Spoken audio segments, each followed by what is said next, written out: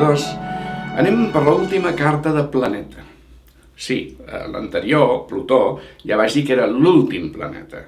No l'última carta de planeta, sinó l'últim planeta. Hi ha un element en astrologia que fem servir molt i no és un planeta, però tampoc és un signe, és un element astronòmic que fem servir per indicar alguna cosa, que se'n diu el nodo norte, el nòdul nord de la Lluna, nòdul nord llunar.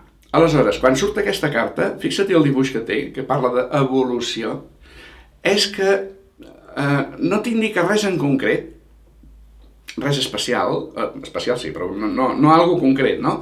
Però sí que t'està dient que, cuidado, aquest tema és molt important per tu, per la teva evolució espiritual.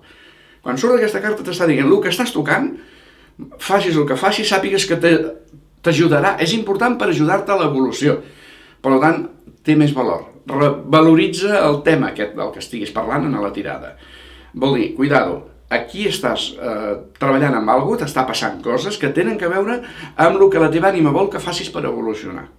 Per tant, està dient-te, vigila, tinc-ho en compte, més de lo normal. Ja no és m'agrada, no m'agrada, ho pateixo o no, sinó que independentment de lo que estigui visquent, bo o dolent, me refereixo, doncs és algo que està indicant la importància que té aquest tema per tu no parar-te, no quedar-te parat. Si et surt aquesta carta te diu això, ei, això és important, no et quedis parat. Evoluciona, canvia, millora, busca la manera de superar aquesta història i seguir evolucionant, perquè és important per la teva evolució ara. No? I, evidentment, aquesta possibilitat de canviar la tens tu, dependrà de tu. Per això també és una carta que en diguem de planeta, perquè és una que parla d'una capacitat teva de canvi, de transformació. Canvi seria un A, Plutó seria transformació. Doncs la barreja de tot això, i potser inclús hi afegiríem el Neptú, que és l'amor espiritual, l'amor profund, perquè la teva ànima t'estima profundament i vol que canvis d'una manera profunda, que seria el Plutó. I si te resisteixes, fas servir l'Urà perquè es trenqui tot el que hi ha, perquè canvis t'agradi o no.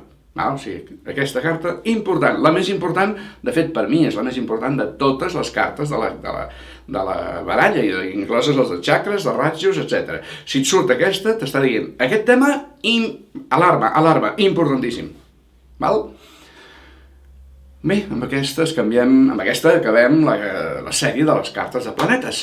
Queden encara els aspectes i les cases. Seran objecte dels propers vídeos. Si tens dubtes, en els comentaris. I ens veiem.